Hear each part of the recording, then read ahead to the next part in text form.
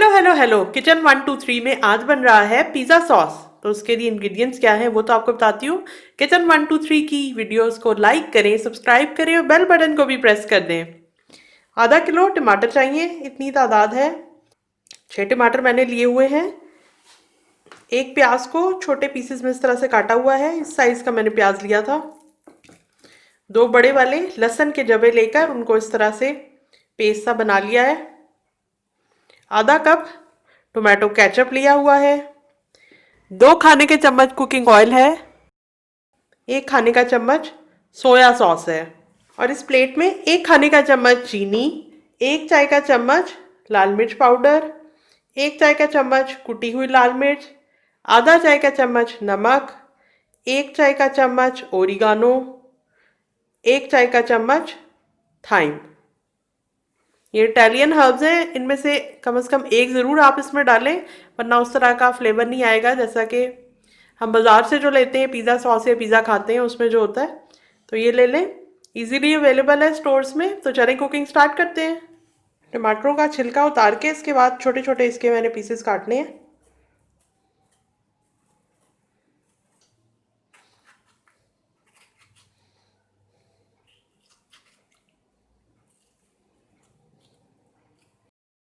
Cooking oil में डाल रही हूँ। इसके अंदर ये कटा हुआ प्याज, इस प्याज को हमने ब्राउन नहीं करना, सिर्फ थोड़ा सा नरम करना है।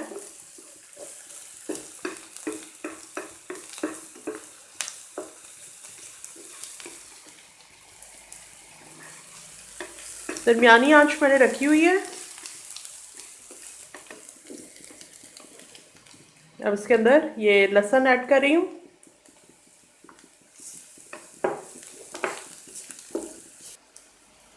कटे हुए टमाटर इसमें ऐड कर देते हैं।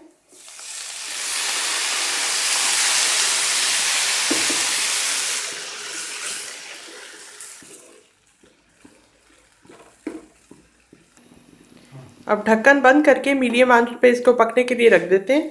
टमाटर पककर नरम हो गए हैं। तकरीबन 7 मिनट का टाइम लगा है। अगर टमाटरों के अंदर पानी बहुत ज़्यादा हो तो आपको 8-10 मिनट तक भी लग सकते हैं।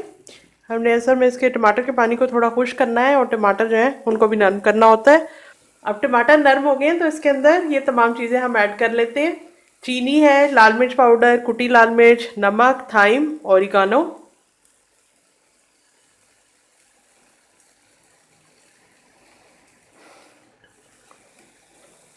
इसके साथ ही ये सोया सॉस भी, ये टोमेटो केचप है।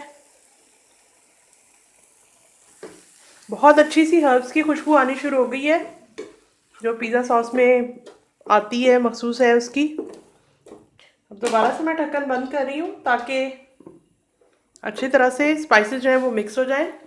स्पाइसेस और केचप को ऐड करने के बाद मैंने ढक्कन बंद करके 2 मिनट के लिए इसको पकाया था और अब ढक्कन खोला है तो ये देखें ये काफ़ी हद तक ड्राई भी हो चुका है। और मैंने अभी फ्लेम को हल्का कर दिया है क्योंकि इसके बड़े बड़े छींटे उठते हैं, बड़े ख़तरनाक होते हैं।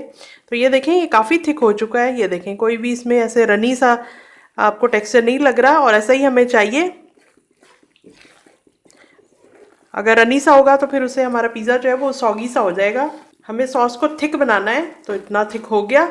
अब इसके थोड़े से ठंडे होने का इंतज़ार करते हैं। पिज़्ज़ा सॉस के थोड़ा सा ठंडा होने के बाद मैंने ग्राइंडर में डाल के इसको इस तरह से पीस लिया है, स्मूथ सा पेस्ट बना लिया है। इसको अब मैं धुली हुई और खुश्क बॉटल के अंदर भर लेती हूँ।